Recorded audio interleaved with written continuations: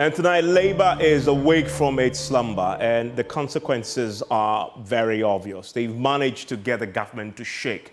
Rarely do you see a government do a massive U-turn, even the board of SNIT itself. After the board chairman, a short 2 weeks ago, writing an article insisting that we're going to go ahead with the sale of the 60% stake in the 4 top hotels to their great minister, Brian Champon's company.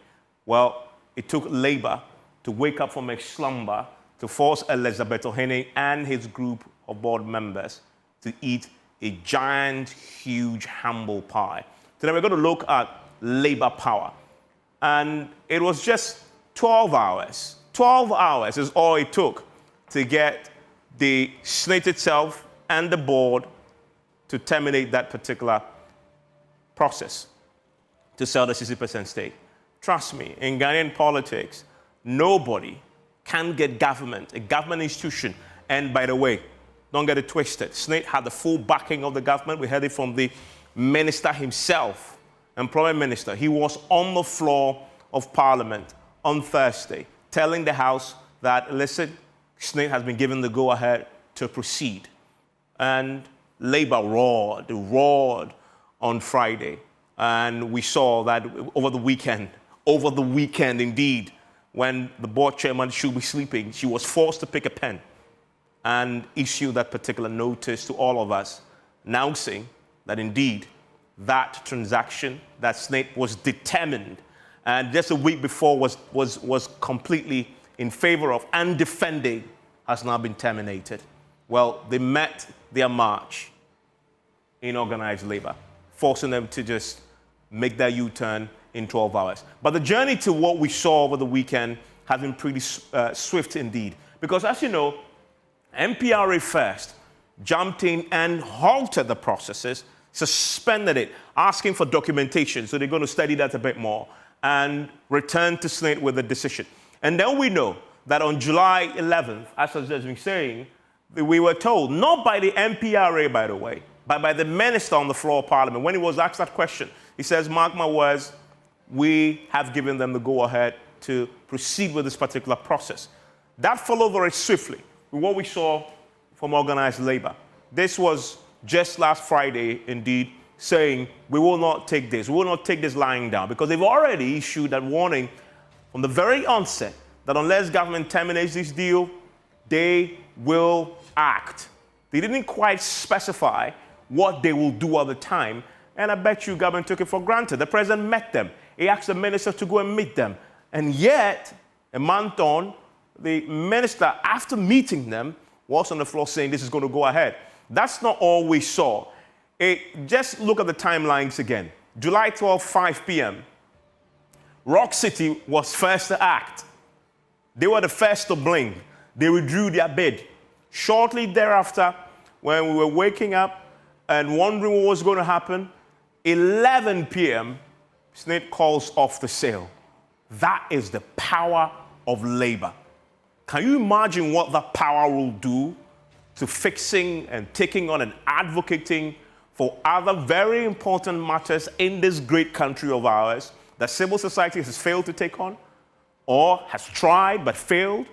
If organized labor jumps in, we see that results indeed do happen, and they happen very, very quickly.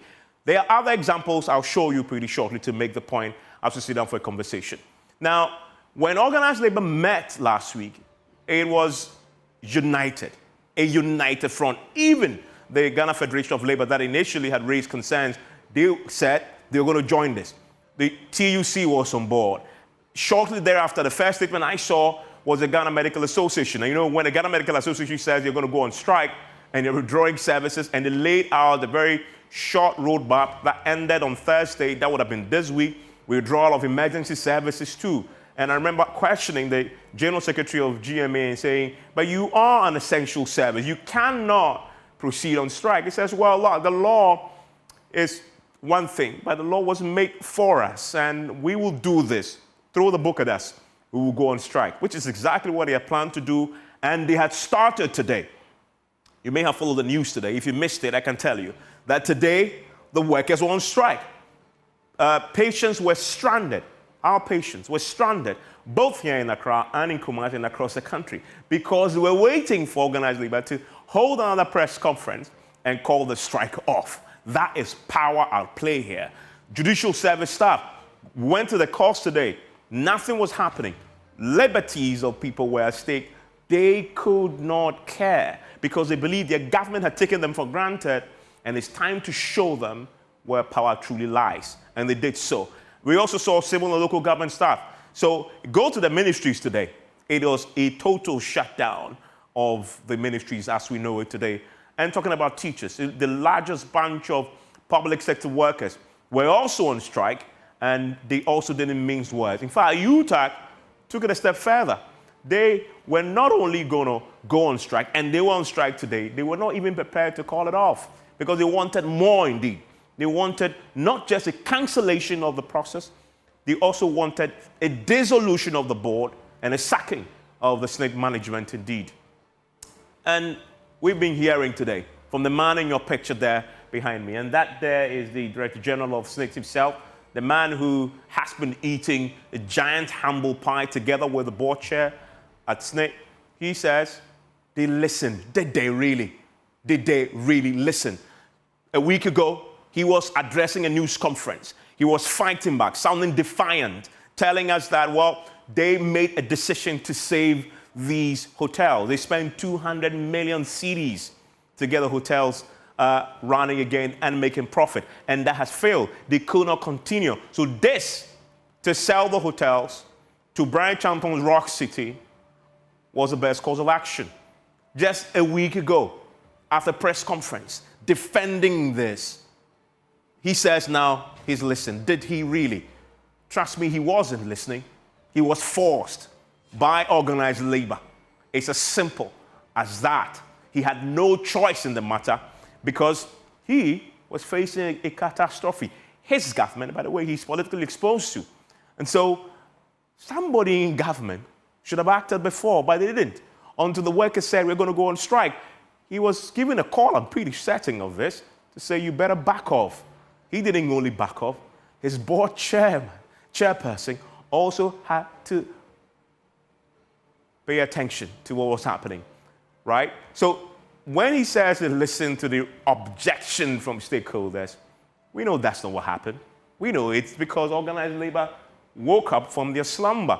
And tonight we'll be examining the slumber in greater detail. Why are they asleep, by the way? Because as we see, after the cancellation, they are not only saying, well, we are happy with that, they are asking more. They've given a 1-month ultimatum.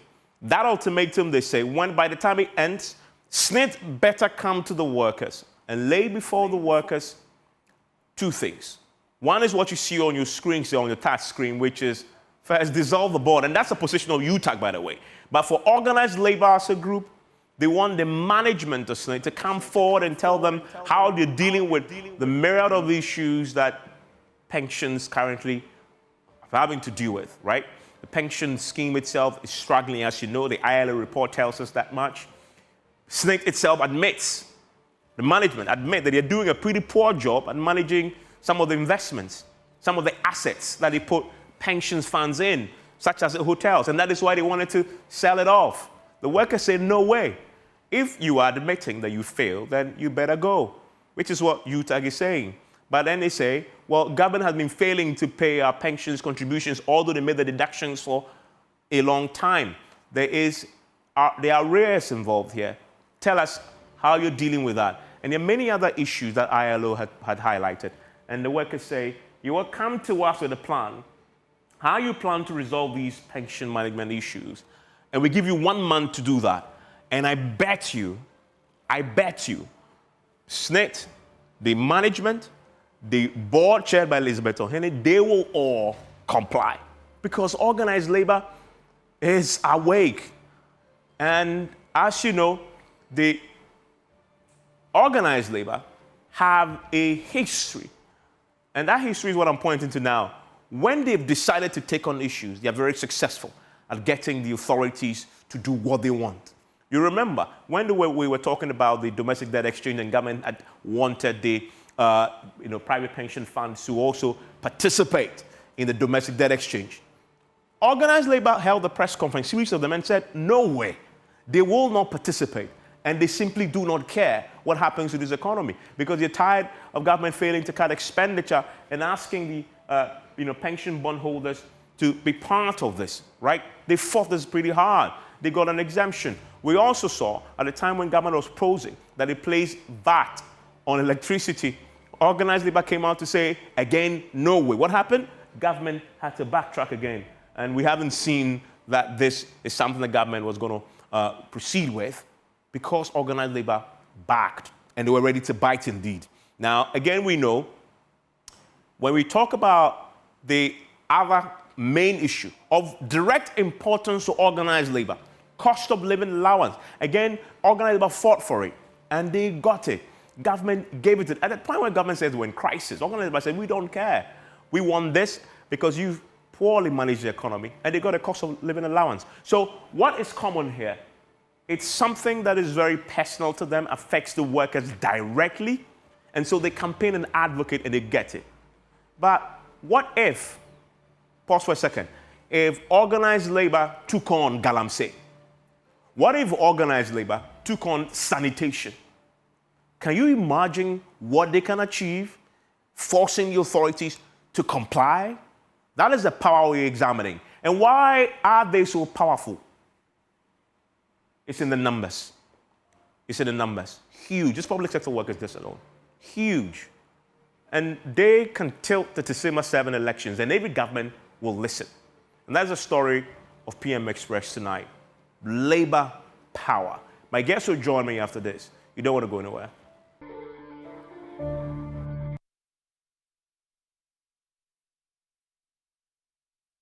And thanks for staying with us on PM Express. It's always brought to you by Syntax Tanks. It is strong, it is tough. The Euro 2024, it's over. But you can stay with us still because on our social media platforms, the conversations are still ongoing there. And indeed, it was one fantastic tournament. And we only brought to you here on your multimedia platforms, on radio, on Joy FM, and across our many radio platforms also. And as you know, Syntax Tanks is the first to introduce you also to the double layer tank. And now you can have as many layers as you want. Syntax Tanks is the first to introduce the white inner layer tanks in Ghana, and they are across the country. They also have 7 years warranty. Please call them on 0244 335 168 or shop online at syntaxgh.com. My guest joining me for a conversation tonight, of course, from the TUC. We'll be talking to the TUC tonight because, as you know, they've been at the forefront of this. Dr. Kwabena Nyako Otu, Director of Research and Policy at the Trade Union Congress, is with me. Professor Bafo Ejimindia is a former UN Senior Governance Advisor. And you have Eric Agbe Kabonu. You know him. He's the President of the National Association of Graduate Teachers, also joining me for a conversation. Gentlemen, thank you very much, and great that I can have you. Even before I come to the two union leaders, Prof, I want to start with you. It took 12 hours to get the organized labor to force Rock City to withdraw, and then the board chairperson of SNIT to write that letter to the public saying she has cancelled. And if you put it in context, this is the same SNIT board, and the chairperson herself, 2 weeks before that, yes, on Friday, had written an opinion piece defending their decision to sell the hotels. The Director General of SNIT himself was at a press conference a week before defending the decision to sell the hotels. When you saw that dramatic turn of events because organized by held a press conference, I wonder what your reaction was, and if I asked you to assess the power of organized labor. Certainly, labor, or the power of labor, is what I call a sleeping giant. Because if the labor movement in the country decides to paralyze not only government, but the whole country, they're in the position to do so. That's why initially, when they were defending something that is truly undefendable, I was surprised that the government was dragging, in this case, I would say the SNIT and the board were dragging their feet. Fact is, the SNIT really represent the future of all workers in the country. By law, they are obliged to keep part of their salaries with SNIT, hoping that upon retirement, they can get some cushion. to lay their head on. So if anybody is playing with that kind of future, you can understand why workers will rise up in unison to oppose this measure. In this particular case, either the board did not present its case well in terms of the need to sell off these hotels, and even if they did, the fact of a serious issue of conflict of interest, where a top state official turns around to acquire them in itself, in terms of governance, was bad news. So once these things came up and the union started, flexing their muscles, the government should have realized right away, or rather I should say the SNIT and the board should have realized right away that they better pay attention to the concerns of the workers. You think the government and SNIT underestimated the power and the resolve of organized labor on this matter? And that is what really puzzles me. Because, in the 70s, I don't know how young or old most members of government where they were in the 70s, because labor paralyzed the military regime of the time. We know how many times labor confronted the military regime, especially 75 to 76 to 77. And that led to the internal changes that occur within the government itself. And since then, we know that whenever labor begins to rumble over these matters, government has no option but to capitulate. But I think what would be interesting here, and I don't know the extent to which this influenced the action of labor in this case, is the recent, or perhaps I should say the current issue in Kenya, where a peaceful demonstration, rolled into a major revolution, so to speak, forcing the government to swallow its own bill, and even going beyond that to quickly drop the cabinet. It's an interesting observation. Let me see if that resonated at all with the organized labor in this. I have Angel Kabanu with me, and I have Dr. Otu also with me. Mr. Kabanu, did the Kenya incident play at all in your consideration when you sat around the table to think about what to do? Well, I will not say specifically the Kenyan incident played any role. Labor in this country is a very well organized, very experienced. A lot of labor centers in Africa came down here to study or understudy us. We are seniors to most labor movements on this continent. And I will not say that we necessarily took a cue from what happened in Kenya. In our case, it is a case where we felt that there are viable state institutions, and without consultation, without engagement, without looking at other means of revamping state institutions, people come to government and easily sell off state institutions, either to themselves, to their cronies, or other people.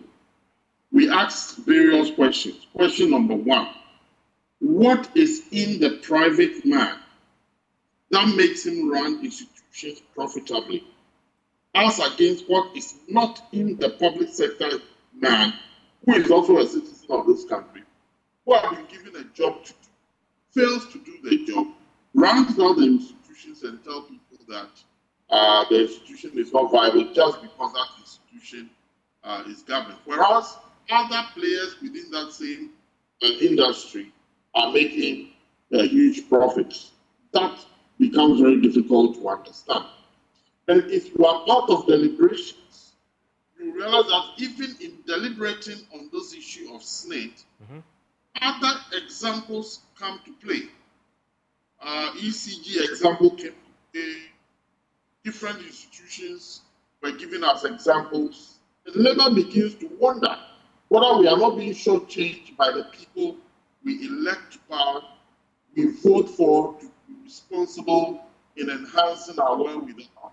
And they take the position, they are remunerated, and yet they are not able to function, and we let them off the hook that simply. So on the issue of SNIT, Labour gave other alternatives, and yet nobody was ready to listen. In fact, it was a near embarrassment the way leadership were treated when we went to Jubilee House to meet the president. It was a near embarrassment. Why do you call it an embarrassment? What happened? It was as if government had its position, and all that government was ready to do at that engagement was to coerce Labour to accept the fact that the hotels were going to be sold. And that was a difficulty for some of us to understand. Another difficulty is the prudence in a major political actor thinking that it is right to purchase a state property, even if we don't have very express laws in this country. Morality should tell you that it is absolutely wrong that you work for government and you purchase from the same government you work, the duty that the people have given to you, purchase that same property that you have been given to superintend over. And to extend it a little bit, government properties are being bought by people who are functioning in that space. Bungalows are going, government lands are going, and so on and so forth. It is an unacceptable situation in this country, and we ought to do something. So coming back specifically to these hotels, it is not an issue of ego, it is an issue to ensure that the right thing is done. When you look at the nitty-gritty of the agreement, you realize that it was more or less a giveaway than a purchase, and we cannot accept that as Labour. And let me correct one point. Labour is not being sleep. You have even given examples of struggles that we have entered into in the past. You gave the example of the VAT on electricity that before. You also gave you've given a lot of examples. So, and you see, organized labor strike is not like NAGRAC strike. It's not like CLOSAC strike. It's not like UTAC strike. Before organized labor threatens to go on strike, it means that we've gotten to the cul-de-sac. We've gotten to the point where nobody listens to it, because it is not our intention to shut the nation down. Yeah, but Mr. Kamono, you make the point about when Labour decides to strike, then you are in a cul-de-sac. But there are many issues like that in our body politic right now, in this country, that many will point you to. We can point to Galamsey. It is our biggest threat. It's the biggest threat to all of our survival, our future survival. And yeah, we haven't seen organized labor jump on that. Well, I will agree with you to some extent of that. But then, who are the linchpins in Galamsey in this country? It is the powerful, it is not the boys and girls we arrest in the gravel pits who are responsible for the Galamsey. It is the same people we've given power to. It is the same people who are in the helm of our affairs, who are the bank rollers of Galamsey. It's like the drug trade. It is not the people who are arrested on the streets who are actually funding the drug trade. It is the men and women behind the scenes, the mafia bosses and so on and so forth, who actually wield the power. Again, if yesterday we did not raise our voices, we want to assure everybody that today moving forward, you will hear our voices in pertinent issues. And we want other people to come on board. We do not want the Ghana Bar Association to be docile and tell us that they don't want to talk politics. They should come on board. We want the media to come on board. We want everybody to come on board, because this nation is the only country that we have. And you said something I just want to clarify, because we're going to hold you to it. You say, henceforth, we'll be hearing the voice of organized labor on other issues of national concern. I can assure you that. That is the decision that was taken today. Okay, stay with me. Let me explore that a bit more, Dr. Nyako. Doc, do you accept then, if that's a decision that's been taken today, that organized labor have been sleeping on the job when we all needed you to fight for us? Until now, maybe. I'm not sure. I cannot accept that. I mean, the points you yourself has raised about so many things in which we have successfully intervened and actually prevented government from going ahead should illustrate to you that we are not that asleep. And beside many of the flagship interventions that we normally engage in. The unions in Ghana are doing so many things at the enterprise level, negotiating for workers, intervening in the management of state affairs at various enterprise levels. We have many tools, and it's not everything that comes to the public domain. Okay, of course, I will also admit that like any institution, there's always room for improvement, and we will continue to do that. And I want to also echo the point by Kabono, that we will be heard on critical national issues. But you should also realize that we have our own domain. We have our own tools. We have our own advocacy tools that we used. So there are many areas where we may not have the kind of expertise to be able to launch ourselves into it. So that's why he, for example, mentions the Ghana Bar Association, the churches. This country belongs to all of us. There's a lot Labour can do, but there's also areas where you expect other civil society organizations to also enter the fray. Dr. Otto, I'm curious, what convinced organized Labour to take that decision today that henceforth you're going to be head on other issues? I mean, the point is that, you see, when it comes to SNIT matters, we think that this is our domain.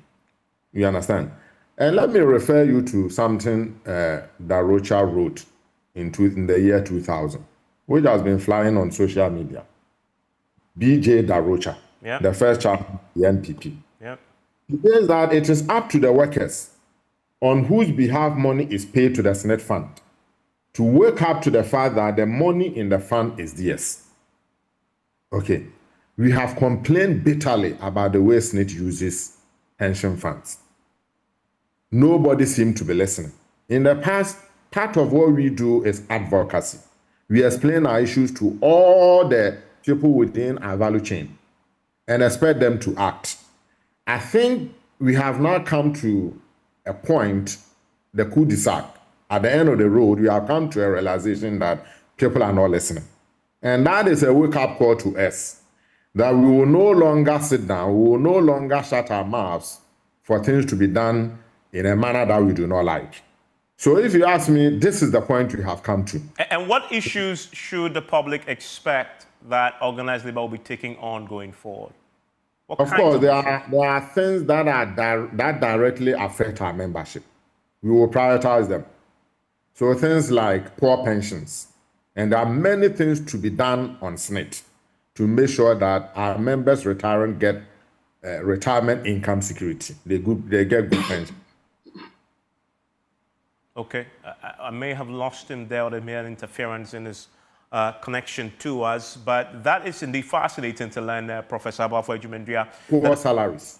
Okay, so sorry, I lost you briefly. You first started by talking about other issues relating to pensions, and I think you are now talking about salaries. Salaries. We are very low on equal salaries. We want to correct that. We have a minimum wage in this country, which is a joke. Less than $2 for 8 hours of work, when others are getting $8 for 1 hour of work. And that minimum wage, we need to do something about it. We have a single span salary structure that is actually not giving workers their due share, and we'll have to do something about that. That salary structure, by all purposes and intent, has lost its relevance, and we have to do something. We have to replace the minimum wage with a livable wage, a living wage. And in the past, we have talked about a living wage since 2007 with our social partners. Nobody is listening. These are some of the areas in which we have to wake up. Well, Dr. Those areas you mentioned sound to me as self-serving a bit. Well, what about the other issues that are not directly affecting your members, but affect your members nonetheless? Even more troubling and has a more devastating impact, not only on the current generation, but the future generations, including galamsey, including corruption, including sanitation. What about those issues? You are right, but I've said that we will prioritize the things that directly affect our members. But remember, our members have families. So we normally refer to workers and their families. In that sense, you are referring to Ghanaians.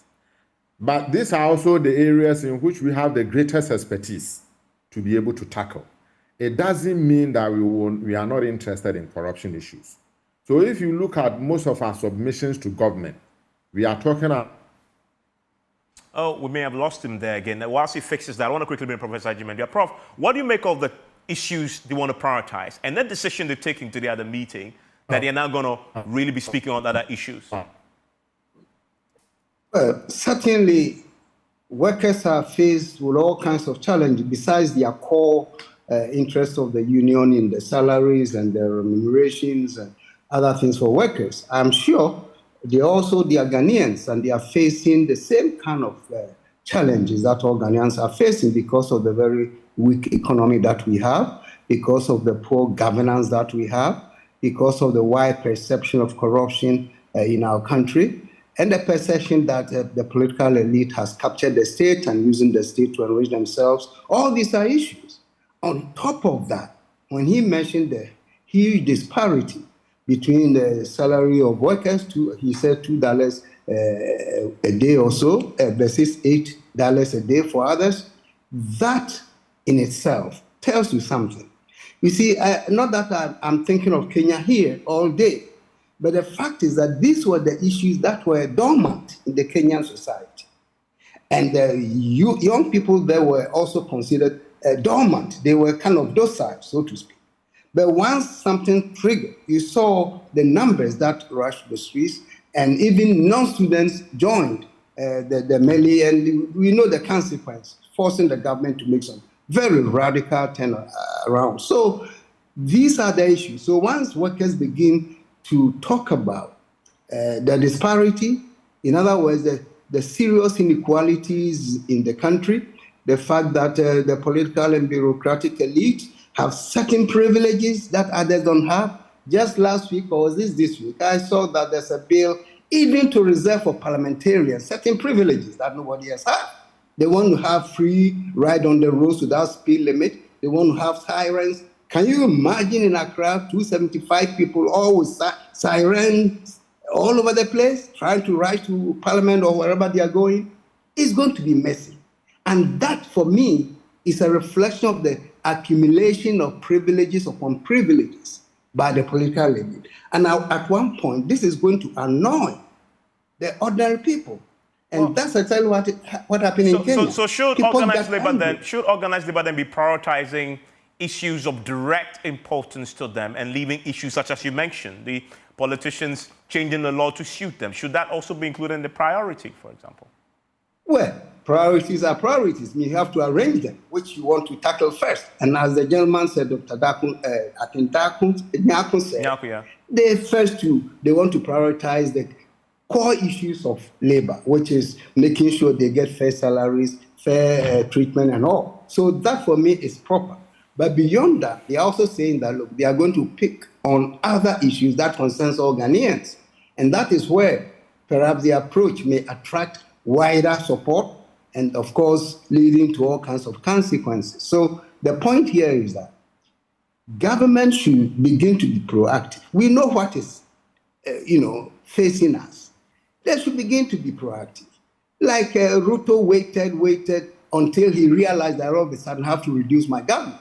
All of a sudden we have to have a unity government. So I think, and if you talk to people in this country, many people are saying, from my perspective, that no one party can fix the country's problem. There is a need for some kind of unity, union, government of national, whatever that we call it. There's a need for that. Because this extreme partisanship in itself creates a problem for us, creates a problem in the policies that may help workers and help the whole nations as a whole.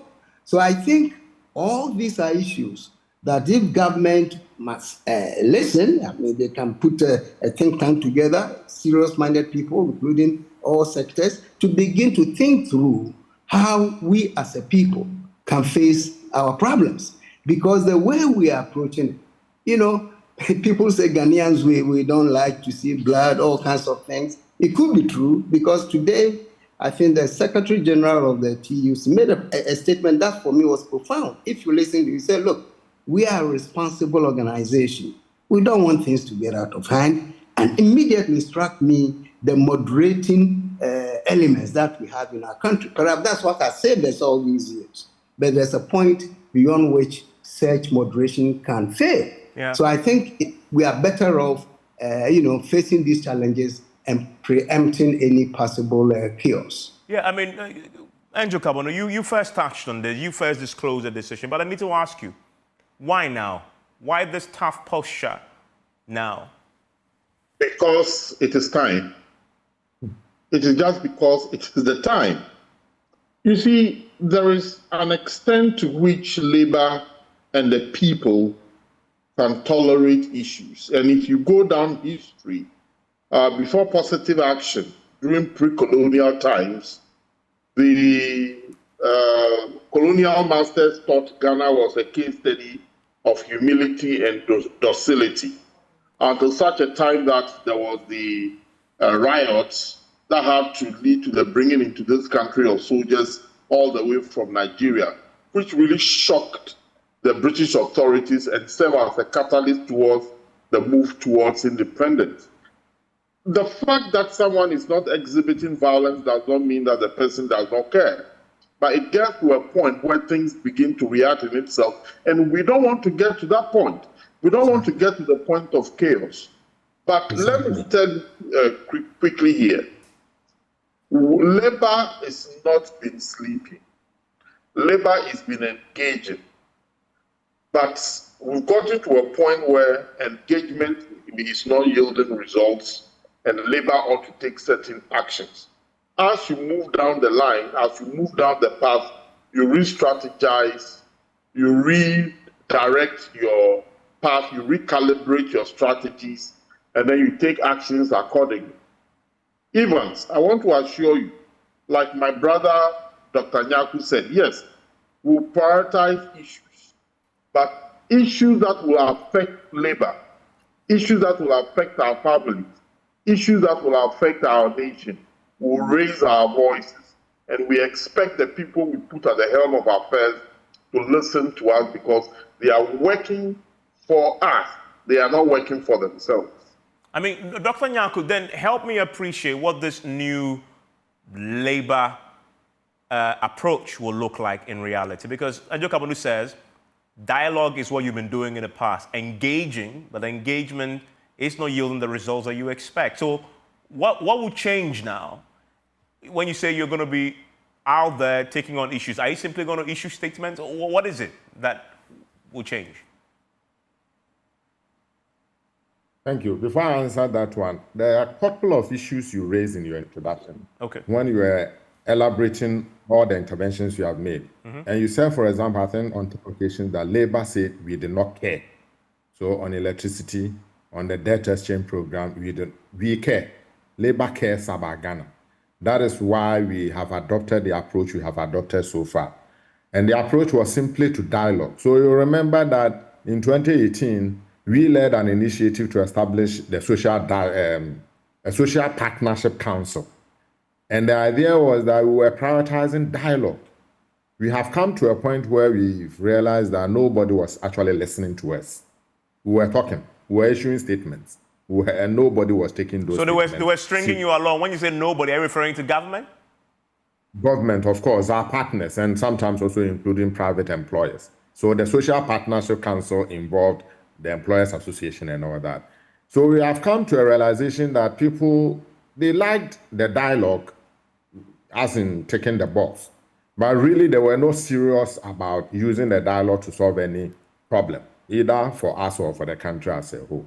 So in fact, since about 2022 or so, that partnership council has actually ended. We've not been able to reconstitute it because people have lost faith in the dialogue process. Okay. Now, when we have lost faith in the dialogue process, and you see it in many facets. So, for example, we used to send input into the budget, doing critical analysis and offering suggestions on how government policy should be conducted, on taxation, on pensions, on many other issues. But we realized that, and particularly when the IMF entered town with their money, the politicians listen to the people from Washington with money, and not those of us writing English for them. So we have come to the end of the road, and we think that we now have to prioritize the issues that are important to us, but again, important for Ghana. And in doing so, we will issue the statements all right. and expect that the authorities take action on them. But if they don't, just like the pension issues, just like the VAT issues, and just like the SNIT issues, if they don't, the new approach is that we'll do what unions do best. Which is? Which is, if we have to demonstrate, put boots on the ground, stay on the street for 3 days. Because we've also come to the realization that one day, 10 a.m. to 1 p.m. Demonstration, people don't really fear. So if we have to now organize ourselves and make sure that we can stay on the street for 3 days to get what we want. That's what you're going to do. That's the decision that you've taken today. A notice is hereby served, I believe. If you put it that way. But I need to ask you, I mean, this is a cynic in me putting to you, people listening to you right now will say, well, and I asked a question of Benjamin, why now? You are 4 months to an election. Has it got something to do with the posture you're taking right now? That you know the politicians in government tend to panic and quake a bit more when elections are approaching. That if you had 3 years to an election, maybe this posture wouldn't be coming to the fore. So in the 3 years, we were doing social dialogue. We had encouraged government and employers to come together to do social partnership, to have a frank exchange of ideas on the problems that confront this country. We believed in it because other countries have used that dialogue process to achieve durable results. Unfortunately, after 3 years, we have come to the realization that that dialogue process was not working for us. The TUC is a political organization, but we are non-partisan. So when we are doing things, we are not considering elections. We are considering our interests and the interests of the members we serve, which then also coincides with the interests of Ghana. I mean, Professor Bafo-Adjumandea, you studied governments around the world. In the UK, we have a Labour government. And elsewhere, really in the Western world, you have Labour forming a political movement to champion the cause of those in that particular sector, all of us. He says they are political but not partisan. Is it time for Labour, considering their force, to consider being partisan too, forming their own political vehicle? Like in the United Kingdom. It's an interesting proposition, but I think we are lucky here in Ghana to have a union that is so disciplined in its ways, that takes interest in dialoguing rather than confronting. And I think it's a good culture that they have developed. And I think they need to proceed on that course. If they form political party, of course, immediately they're going to be standing in opposition to other groups that may organize. And not all the union members may belong to the Labour Party, as we find in elsewhere. So I think the model that we have has been working. The only thing lacking, I think my friends tonight are all emphasizing that you have to have a government that is not deaf to these kinds of issues. In other words, you need to have a listening government, and not only listening, but also acting government, you see. And I think if you look at the challenges that we find around the world, in most cases, is because of a government's failure to respond appropriately and timely to issues that confront them. And that is what leads to most of these problems that we have around the world. So in the same way, I think listening to them tonight, it's clear that they don't have a propensity just to confront and create chaos. But at the same time, they want to be sure that their needs are addressed in a way that will be beneficial, not only to them, but to the nation as a whole, in terms of security, stability, that will support investments and all. Prof, you're confident that Labour can stay this new course? Well, it depends. Now they are putting all of us on notice that they've been dialoguing, they've been trying to engage, and apparently a lot of frustration. They are not seeing their way forward, and that's why perhaps it's leading them to change their strategy somehow to now bring in other issues and make sure they get the government's attention. So that in itself tells you that if the other, if the case were that they were getting hearing and good responses from government, that would not be their option. You see, that's why I think it's important for any government to be quite proactive. I think this idea I just heard trying to have a forum or platform to engage government. I think that was an excellent initiative by the unions. And I don't know why, unfortunately, it failed, because that would have been the most effective way of dialoguing and preempting any possible outbreak of confrontations or violence in the country. So if I were in government, I would strongly suggest that they reinstate that immediately and have periodic meetings to resolve. Because look, most of the problems in our country, they are economic. And when you talk of economic problems, you're talking about things that hit people's pocket. And who is here? The workers, and they represent the workers. So it's a core matter in the whole concept of governance in our country. And I think it's important that we have a hearing government, engaging government, that will make sure that some of these issues are addressed before they get out of control. I mean, Mr. Kabono, let me give you the final word on this. And it was Dr. Nyako who made the point about, yeah, you are not partisan, but you're political. Is it time for us to have a Labour Party in Ghana? I don't think so. There was an attempted experiment some time ago by a party led by, I think that was during the Liman regime. 79, around the 79. Yes, 79. And it failed woefully. We know our problems, we know our challenges, we know how to get the people at the helm of affairs to address our challenges. We just have to be very alert and proactive. Let people be part of whichever political party they want to be, but let them reason and know that Ghana is the only country that we have, and we have to protect our country. Let us reduce the selfishness and greed that propel people to come to power, and that you don't come to power and come and dissipate the resources of states and come and acquire the resources of state to yourself. You come to power to use the resources of state to enhance the well-being of our people. That is what we expect of every politician. And if every politician does this, we'll be on the path to glory. Okay, gentlemen, thank you very much. And this, you heard it here first on PM Express. Organized Labour have finished the meeting today. And the decision is you are going to be hearing them fight on all fronts, on all issues indeed. And they are prioritizing that to start with the core issues of importance to workers.